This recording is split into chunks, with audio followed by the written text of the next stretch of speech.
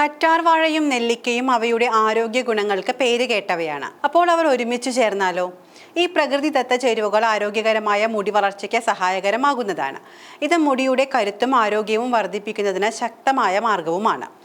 കറ്റാർ വാഴയും നെല്ലിക്കയും ദിനചര്യയിൽ ഉൾപ്പെടുത്തുന്നത് മുടി വളർച്ചയെ എങ്ങനെ സഹായിക്കുമെന്നാണ് ഇനി പറയാൻ പോകുന്നത്. നെല്ലിക്ക രോമകൂപങ്ങളുടെ ആരോഗ്യത്തിനും കൊളാജൻ ഉൽപാദനത്തിനും നിർണായകമായ ആന്റി ഓക്സിഡന്റുകളുടെയും വൈറ്റമിനുകളുടെയും കലവറയാണ്. മുടിയെ ശക്തിപ്പെടുത്തുന്നതിൽ കൊളാജൻ വളരെയേറെ പ്രധാനപ്പെട്ടതാണ്. നെല്ലിക്ക തലയോട്ടിയിലെ രക്തചംക്രമണം വർദ്ധിപ്പിക്കുകയും മുടി വളർച്ചയെ ഉത്തേജിപ്പിക്കുന്ന ഓക്സിജന്റെയും പോഷകങ്ങളുടെയും വിതരണം വർദ്ധിപ്പിക്കുകയും ചെയ്യുന്നു. അതേസമയം മെലാനിൻ ഉൽപാദനം മുടിയുടെ സ്വാഭാവിക നിറം നിലനിർത്താൻ സഹായിക്കുകയും മുടി നരയ്ക്കുന്ന പ്രക്രിയ മന്ദഗതിയിലാക്കുകയും ചെയ്യുന്നു. കറ്റാർ വാഴയിൽ അവശ്യ വൈറ്റമിനുകളായ എ, സി, ഇ, B12 എന്നിവ ധാരാളമായുണ്ട്. ഇത് മുടി വളർച്ചയുടെയും ആരോഗ്യത്തെയും പരിപോഷിപ്പിക്കുന്നു. ഇതിന്റെ ആന്റി ഇൻഫ്ലമേറ്ററി ഗുണങ്ങൾ തലയോട്ടിയെ ശമിപ്പിക്കുകയും താരനെ പ്രതിരോധിക്കുകയും ഒപ്റ്റിമൽ pH ബാലൻസ് നിലനിർത്തുകയും ചെയ്യുന്നു.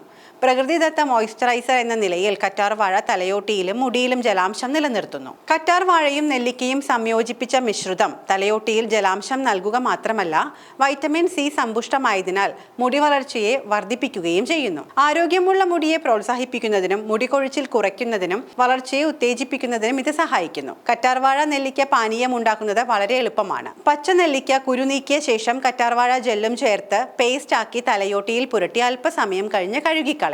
ആഴ്ചയിൽ 1-2 തവണ ഇത്തരത്തിൽ ചെയ്യുന്നതുകൊണ്ട് ആരോഗ്യകരമായ പെട്ടെന്നുള്ള മുടി വളർച്ചയ്ക്ക് സഹായിക്കുന്നു. നെല്ലിക്കയും കറ്റാർ വാഴയും ഉള്ളിൽ കഴിക്കുന്നതും ശരീരത്തിന്റെയും മുടിയുടെയും ആരോഗ്യത്തിന് ഏറെ ഫലം ചെയ്യും. വീണ്ടും ഒന്ന് ഓർമ്മിപ്പിച്ചോട്ടെ, ഇതെല്ലാം പൊതുവായ ആരോഗ്യ കാര്യങ്ങൾ മാത്രമാണ്. ഏതൊരു കാര്യം ആദ്യമായി പരീക്ഷിക്കുന്നതിന് മുൻപും ഒരു ആരോഗ്യ വിദഗ്ധനെ കൺസൾട്ട് ചെയ്യേണ്ടത് ആവശ്യമാണ്.